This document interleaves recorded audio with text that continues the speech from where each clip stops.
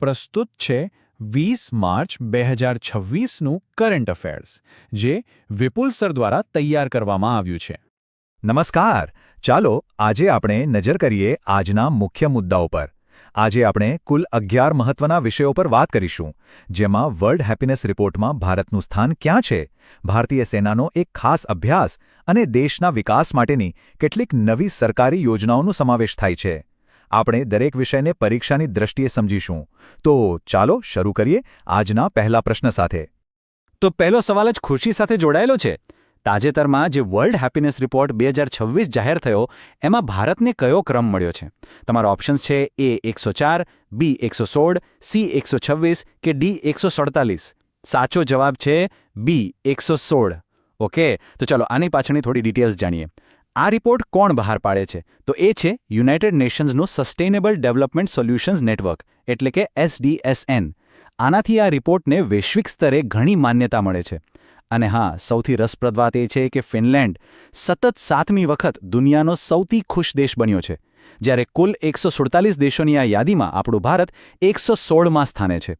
આ રેન્કિંગ ફક્ત પૈસા કે આવક પર નથી હોતું, પણ એમાં જીવનની ગુણવત્તા, સામાજિક સપોર્ટ, સ્વાસ્થ્ય અને ભ્રષ્ટાચાર જેવા ઘણા બધા પાસાઓને ધ્યાનમાં લેવામાં આવે છે. અને લિસ્ટમાં સૌથી છેલ્લે 147માં નંબરે અફઘાનિસ્તાન છે. ચાલો હવે આગળ વધીએ આપણા સાંસ્કૃતિક વારસા તરફ. સવાલ એ છે કે ભારત સરકારે કયા દેશ સાથે મળીને ત્યાંના પ્રખ્યાત પ્રમ્બનન મંદિર સંકુલના જીર્ણોદ્ધાર માટે એક સમજૂતી કરી છે? ઓપ્શન્સ છે A Cambodia, B Vietnam, C Indonesia કે D ફિલિપાઇન્સ. અને સાચો જવાબ છે C ઇન્ડોનેશિયા. આ એક ખરેખર ખૂબ જ મહત્વપૂર્ણ સાંસ્કૃતિક સહયોગ છે. આ પ્રમ્બનન મંદિર ઇન્ડોનેશિયામાં આવેલું છે અને 1991થી યુનેસ્કોની વર્લ્ડ હેરિટેજ સાઇટ પણ છે. આ જે પાર્ટનરશિપ છે એ ભારતની એક્ટ ઈસ્ટ પોલિસીનો જ એક ભાગ છે.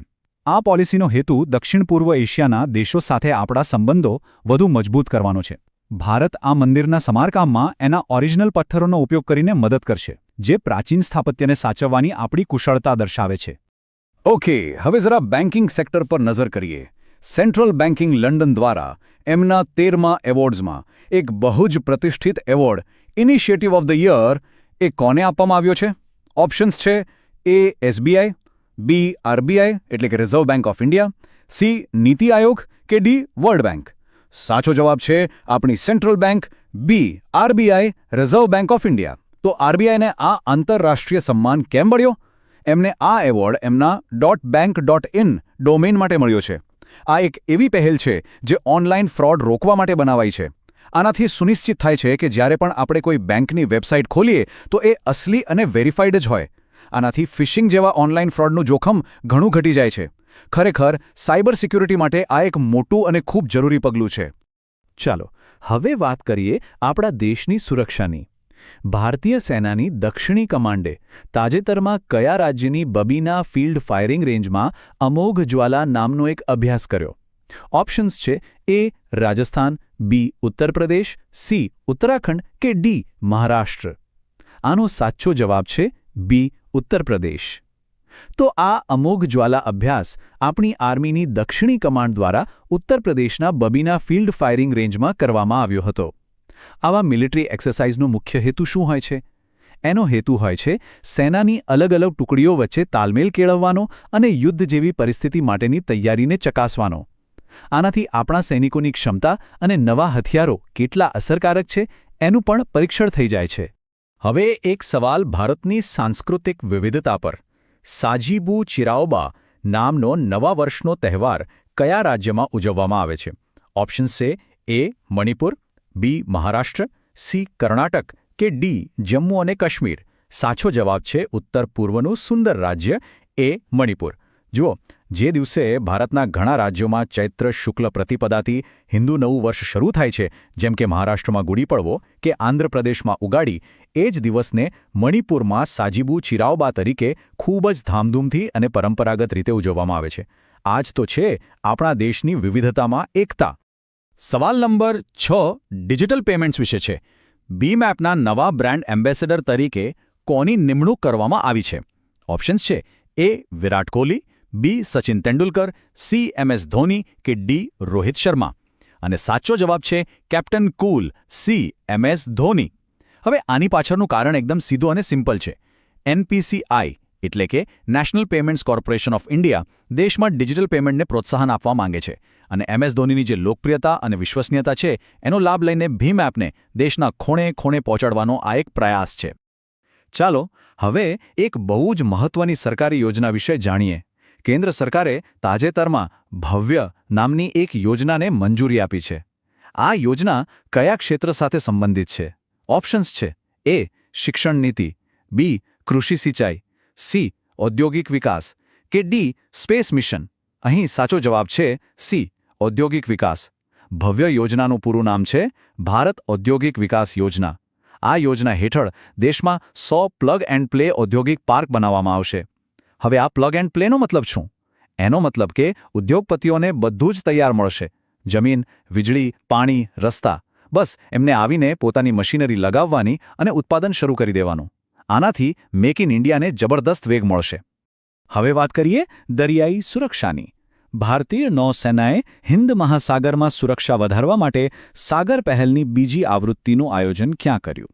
તમારા ઓપ્શન્સ છે: A. Mumbai, B. Visakhapatnam, C. Kochi કે D. ચેન્નઈ. આનો સાચો જવાબ છે C. કોચી. જી હા, આ આયોજન કેરળના કોચીમાં થયું હતું. હિન્દ મહાસાગર આપણા માટે અને સમગ્ર વિશ્વના વ્યાપાર માટે ખૂબ જ મહત્વપૂર્ણ છે. એની સુરક્ષા સુનિશ્ચિત કરવી ખૂબ જરૂરી છે. અને આ સાગર પહેલમાં 16 દેશોની નૌસેનાઓએ ભાગ લીધો હતો, જે બતાવે છે કે ભારત આ ક્ષેત્રમાં સુરક્ષા અને સહયોગ માટે એક લીડર તરીકે ઉભરી રહ્યું છે. ચાલો હવે વાત કરીએ એક એવી પહેલની જે આપણા આદિવાસી ભાઈ બહેનોની કલાને વિશ્વ સુધી પહોંચાડશે. રેસા નામની એક ટ્રાઇબલ બ્રાન્ડ કયા મંત્રાલય દ્વારા લોન્ચ કરવામાં આવી છે? ઓપ્શન્સ છે: A. ગૃહ મંત્રાલય, B. જનજાતીય મંત્રાલય, C. સંસ્કૃતિ મંત્રાલય કે D. MSME મંત્રાલય. સાચો જવાબ છે B. જનજાતીય મંત્રાલય. આ બ્રાન્ડને જનજાતીય બાબતોના મંત્રી જોએલ ઓરામ દ્વારા લોન્ચ કરવામાં આવી. આનો હેતુ બહુ સ્પષ્ટ છે. જે આદિવાસી કલાકારો છે એમને એમના હાથથી બનાવેલી અદ્ભુત વસ્તુઓ માટે એક સારું બજાર અને સાચી કિંમત મળે. આનાથી એમની આવક તો વધશે જ, સાથે સાથે આપણી આ અમૂલ્ય સાંસ્કૃતિક વિરાસત પણ સચવાશે. હવે એક ઐતિહાસિક સ્થળ વિશેનો સવાલ. જિયોલોજિકલ સર્વે ઓફ ઇન્ડિયા એટલે કે GSI દ્વારા કયા રાજ્યના કાલિંજર કિલ્લાના વિસ્તારને રાષ્ટ્રીય ભૂ વિરાસત એટલે કે જીઓ હેરિટેજ સાઇટ તરીકે જાહેર કરવામાં આવ્યો છે? ઓપ્શન્સ છે: A. Madhya Pradesh, B. Maharashtra, C. Rajasthan કે D. ગુજરાત. આનો સાચો જવાબ છે B. મહારાષ્ટ્ર. આ ઐતિહાસિક કિલ્લો મહારાષ્ટ્રના બાંદા વિસ્તારમાં આવેલો છે. હવે કોઈપણ જગ્યાને જીઓ હેરિટેજનો દરજ્જો એમ જ નથી મળતો. જ્યારે એ જગ્યાનું ભૌગોલિક અને ઐતિહાસિક મહત્વ બહુ જ ખાસ હોય ત્યારે જ તેને આ માન્યતા મળે છે. આ દરજ્જો મળવાથી હવે આ કિલ્લાના સંરક્ષણ અને અભ્યાસને વિશેષ પ્રોત્સાહન મળશે. અને હવે આજનો અંતિમ પ્રશ્ન જે જાહેર આરોગ્ય સાથે જોડાયેલો છે. તાજેતરમાં કયા દેશના કેન્ટ વિસ્તારમાં મેનિન્જાઇટિસનો ફેલાવો જોવા મળ્યો, જેના કારણે ત્યાં પબ્લિક હેલ્થ ઇમરજન્સી એલર્ટ જાહેર કરવું પડ્યું? ઓપ્શન્સ છે: A. USA, B. United Kingdom UK, C. Australia કે D. જાપાન. અહીં સાચો જવાબ છે B. United Kingdom UK. જી, આ ઘટના યુકેના કેન્ટ શહેરમાં બની છે. મેનિન્જાઇટિસ આ એક એવી ગંભીર બીમારી છે જેમાં આપણા મગજ અને કરોડરજ્જુની આસપાસના જે રક્ષણાત્મક પટલ હોય છે એમાં સોજો આવી જાય છે. આ એક ગંભીર ચેપ છે અને એને ફેલાતો રોકવા માટે તાત્કાલિક પગલાં લેવા ખૂબ જ જરૂરી હોય છે. એટલા માટે જ ત્યાં પબ્લિક હેલ્થ એલર્ટ જાહેર કરવામાં આવ્યું છે.